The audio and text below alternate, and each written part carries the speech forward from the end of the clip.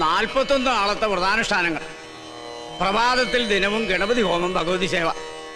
അതിനുശേഷം ദേവീദേവന്മാർ യാഗത്തിന് ഇഷ്ടഭാവത്തിൽ വരുന്നുവെന്ന് പ്രശ്നവശാൽ കണ്ടാൽ യാഗം തുടങ്ങാം. മനസ്സിലാവുണ്ടോ ഉണ്ണികൃഷ്ണൻ നമ്പൂതിരിക്ക്? ആ തിരുമംഗലത്ത് തിരുമേനി 21 പരികർമ്മികളോടൊപ്പം ഇങ്ങോട്ടേക്ക് പുറപ്പെട്ട് കഴിഞ്ഞു. സ്വീകരിക്കാൻ വേണ്ട ഏർപ്പാടുകൾ ഉടനെ ചെയ്യാം. ഒന്നിനും ഒരു കുറവുണ്ടാവരുത്. കോപത്തിൽ ദുർവാസാവിന് തുല്യനാ അദ്ദേഹം. പരിശോട്ടെ, ഈ തിമിംഗലം അല്ല, ഒന്ന് ചോദിച്ചോട്ടെ, ഈ തിരുമംഗലം തിരുമേനി എന്തെങ്കിലും തെറ്റണ്ട കോപിക്കൂ? ഇല്ല, ശപിക്കും. ആ ശാപം 7 തലമുറ നിലനിൽക്കും. മോക്ഷം കിട്ടില്ല. അതുകൊണ്ട് ഇപ്പൊ തന്നെ സ്ഥലം വിട്ടോളൂ.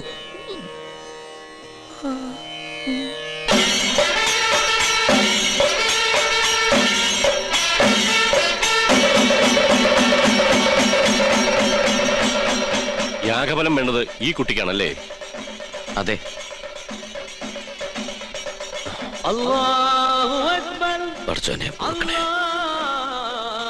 ഈശ്വരോ രക്ഷ.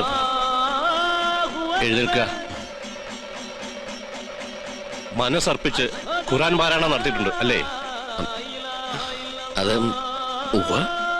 അനുഗ്രഹിക്കാൻ കൈ ഉയർത്തിയപ്പോ വാങ്ങു മുഴങ്ങിയത് നിമിത്തം ഒരു നമ്പൂരി ഖുർആൻ വായിക്കേ. മറ്റു മതങ്ങളെ അനുകരിക്കാതിരുന്നാ മതി. പഠന വിഷയമാക്കുന്നത് തെറ്റില്ല. ജ്ഞാനം കൂടും. എന്താ പേര്? ഉണ്ണികൃഷ്ണൻ നമ്പൂതിരി. കേട്ടിരിക്കണു? ആണോ? ഇത്ര ചെറുപ്പത്തിലെ പുണ്യകർമ്മത്തിന് ഗുരുസ്ഥാനിയാകാൻ ഭാഗ്യം കിട്ടിയവൻ. കൊള്ളാം. നിന്നെ എനിക്ക് ബോധ്യായി. എവിടെയാ യാഗസ്ഥലം?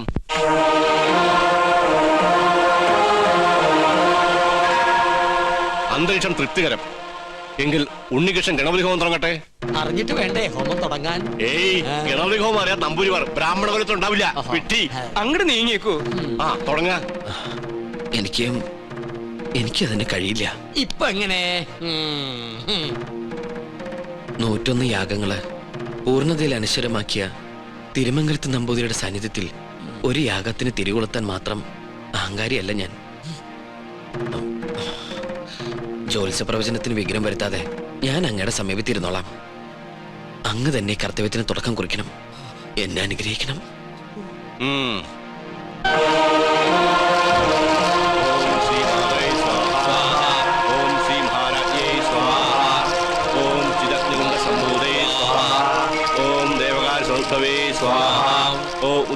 സഹസ്രാവേ സ്വാഹ.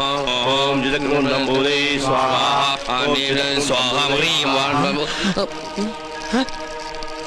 മന്ത്രം ചൊല്ലിയത് പെഴു തെറ്റിക്കണു. അങ്ങോട്ട് മാറി നിൽക്കുക. അദ്ദേഹം പറഞ്ഞത് കേട്ടില്ലേ? എണീറ്റ് പോവാ. അശ്രീകരെ ഇറങ്ങി പോവാ. യാഗത്തിന് ശേഷം കുടുംബത്തിൽ സകല ഐശ്വര്യങ്ങളും ഉണ്ടാകുമെന്നതിനാൽ ക്ഷുദ്രശക്തികൾ അതിനെ തടസ്സപ്പെടുത്താൻ ശ്രമിക്കും.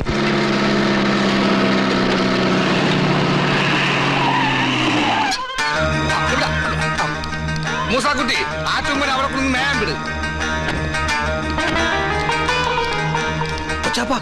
അത് നോക്ക്. ഇതെന്താ തീയും പോയും കാണുന്നുണ്ടല്ലേ? വീടിന്റെ മുമ്പിലാണ് അടുക്കള.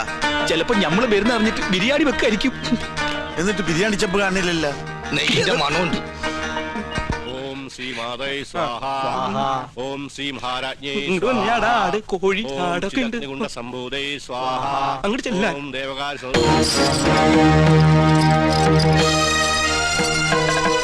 അവിടെ കുറ്റിയടിക്ക്.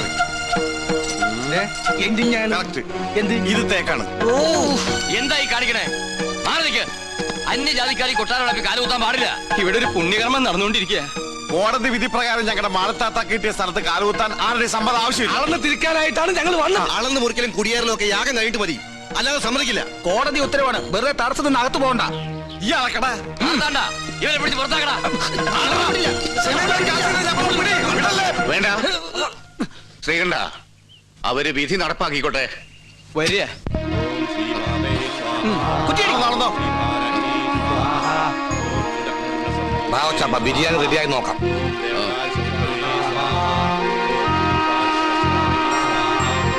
ഒന്ന് യൂറിൻ പാസ് ചെയ്തിട്ടു വരാം.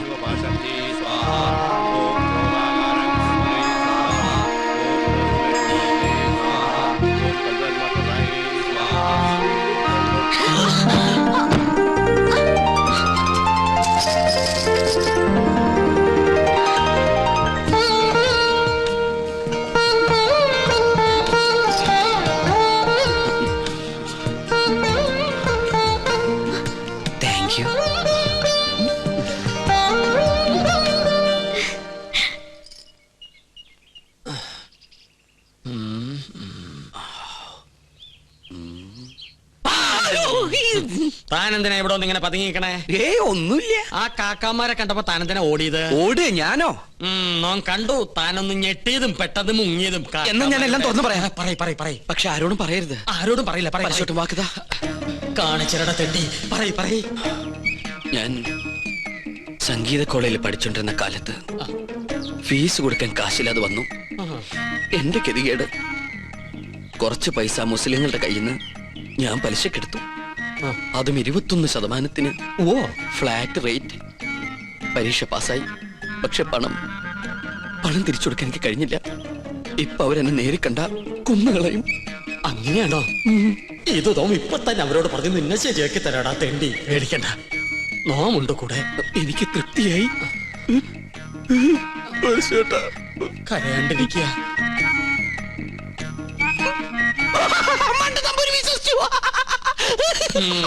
നിന്റെ അപ്പൻ വിശ്വസിച്ചു.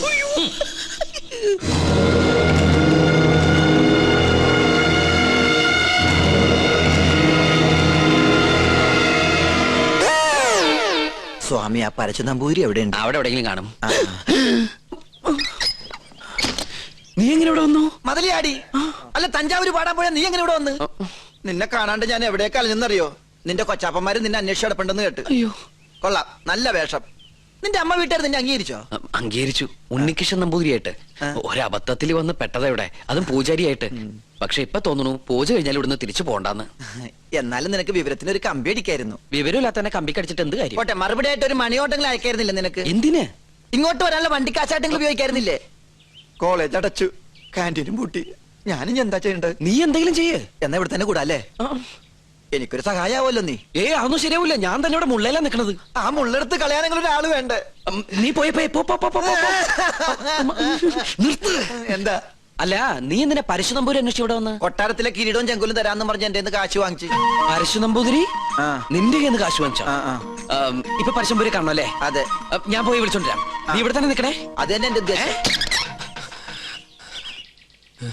നിങ്ങളുടെ അതിർത്തി ഇവിടെ വരെ വരും. ശത്രുക്കളോടുള്ള സമീപനം എങ്ങനെയാവണം? ക്ഷമ, സമാധാനം. പക്ഷെ അത് അവരെങ്ങനെ അറിയിക്കും? സമാധാനത്തിന്റെ വെള്ളക്കൊടി കാണിക്കാം. എന്താടാ? അവിടെ ഒരു പൂണൂലിട്ടവന്ന് ചിറ്റിത്തിരുന്നല്ലോ. കൊച്ചാപ്പ, അയാൾ എന്താണ് കാണിക്കണത്? ഇവിടെ നമ്പൂതിരിമാരല്ലേ, കോണാൻ ഉടക്കണായിരിക്കും. അയാള് പിന്നെയും കാണിക്കണ ഏതാണ്ട് കളിയാക്കിയാണ്. എന്നാ പിന്നെ ചോദിച്ചിട്ടുള്ള കാര്യം പറ. എന്താണ്ടാ ഹിമാറ, അനക്കെ നമ്മളെ പിടിച്ചില്ലേ? അവിടെ നിക്ക. നോ ഉപദ്രവകാരിയല്ല. ഒരു കാര്യം പറയാനുണ്ടായിരുന്നു മൊല്ലാക്ക. മൊല്ലാക്ക നിന്റെ ബാപ്പ. മുല്ലാക്കല്ല, ഇത് നമ്മുടെ കൊച്ചാപ്പ. കൊച്ചാപ്പയ്ക്ക് ആരെങ്കിലും കുറച്ച് കാശ് തരാനുണ്ടായിരുന്നോ? വാഴക്കായല്ല, പണം. ഉറുപ്പിയേ? അതെ, ഒരു ഹംക്കുണ്ട്. എന്നാൽ അമിട്ട് നിങ്ങളെ കാണാണ്ട് അവിടെ പതുങ്ങി നിൽക്കണു. നോ കാണിച്ചരം വരിക. എന്താണ്ടാ ഇവൻ കോണാൻ തലയില കെട്ട? ഇവിടെ നിന്നോളൂ, നോ വിളിച്ചോടരാ.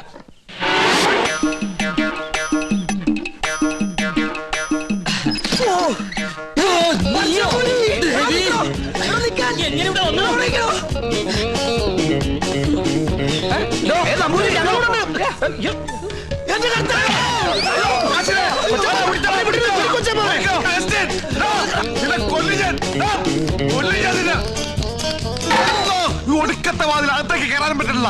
സെലീമേ, ഈ അർക്കവാടത്തിട്ട് ഉടിച്ചകത്ത് കയറാൻ. ഞാൻ ചരിഞ്ഞ് കയറ്. കേറാൻ പറ്റില്ല.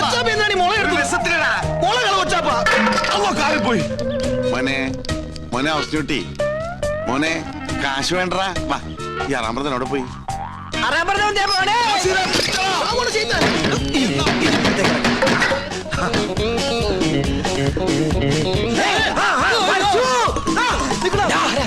എവിടെ പോവാ?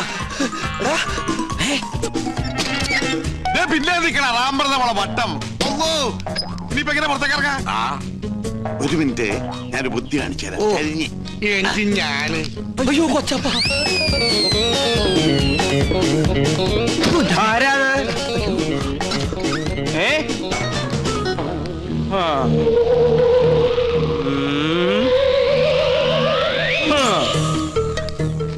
എന്റെ കർത്താവേ. വേണ്ട,